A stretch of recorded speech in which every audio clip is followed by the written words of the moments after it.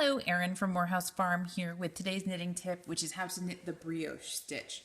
Now, this is a tricky stitch to explain, but once it clicks, I'm really excited about how well it's working. And it's worth learning because it gives you this great fabric with an enunciated rib look, but it's reversible. As you can see, my pink columns of V-stitches are complemented on the back side with the brown V-stitches here. And in between, there's this really neat cross design. It gives it a really thick fabric from just working 2 yarns at a time with this enunciated rib that's super soft, super warm, especially when we're spoiled here working with this Merino from Morehouse. So to get started, I found that the big picture of remembering that I'm always alternating something really helped explain this stitch. So when I'm working with one yarn color in one row, I'm going to work with the next yarn color in the next row. And having those 2 different colors really helped me understand what I need to be doing, because when I got to this pink column, those are knit stitches, so I know I needed to be knitting with the pink yarn.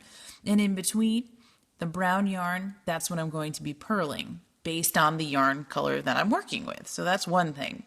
Next is I'm going to be alternating knit, purl, but I'm going to do that every other row. Meaning I'm going to knit a stitch, and then I'm actually going to slip the stitch in between, and then I'm going to knit the next stitch. But the thing that makes brioche different is that when you slip the stitch, you create a yarn over at the same time so that no stitch is left by itself. See how this has a yarn over wrapped around it? That means I need to work that one, whereas this guy right here is all by himself. So I know that one I need to slip, and I'm going to add the yarn over. Now, that's all pretty crazy to listen to, so let me show you. I think it'll make a whole lot more sense. So I'll start continental and then switch to American. Okay, so the first thing I'm going to do is knit, because I've got the stitch with the companion yarn over from the previous row. Then I'm going to bring my yarn forward. I'm going to slip this stitch, create a yarn over at the same time, and I'm going to knit. Slip the stitch and yarn over at the same time and knit. Bring the yarn forward, slip the stitch, yarn over, and knit. Slip the stitch, yarn over, and knit. So what does that look like American style? Just switch the yarn hand and you'll end up doing the same thing. Bring the yarn forward. You will slip the stitch, and because you're working the yarn around to the back, which is where you need it to be, just knit, and the yarn gets wrapped when you throw it for that knit stitch.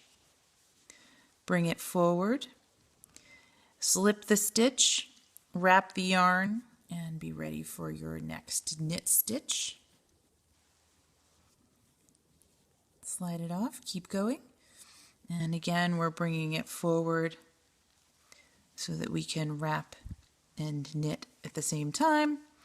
And we'll work just a couple more here to finish off this row, and then I can show you the purling, what that looks like. Oops, and that's where I need to keep in mind I've already got the yarn to the back. I don't need to bring it back again when I'm knitting. So our last one in this row of the knitting, we're going to slip, and then I just kind of tuck the yarn forward so it stays out of my way. Now we're going to switch to the dark yarn, and we're going to pick up where we left off. So this is my switch rows, like my fancy row marker here. We're going to slip, because it's pink, we're working with brown yarn, so we know we're not going to be purling. We're going to slip that stitch, work our yarn over, and then we're going to purl.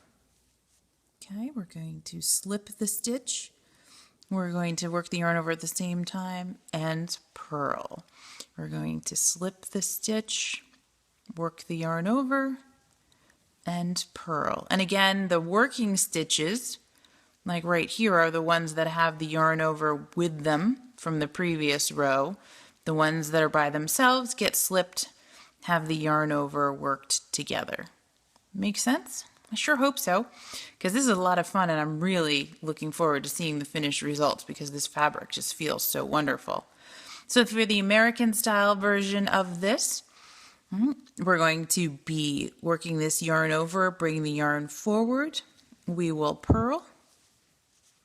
Okay, yarn is forward, yarn over, bring it back forward, and we're going to purl again because we've got those 2 stitches together. We know we only need to slip it when it's by itself, bring that yarn forward, and we're going to purl. And that's pretty much all there is to it. Slip, yarn over, and purl. And you're going to have this fantastic brioche fabric when you're done. I'm loving it already. There you go. Happy knitting from Morehouse Farm.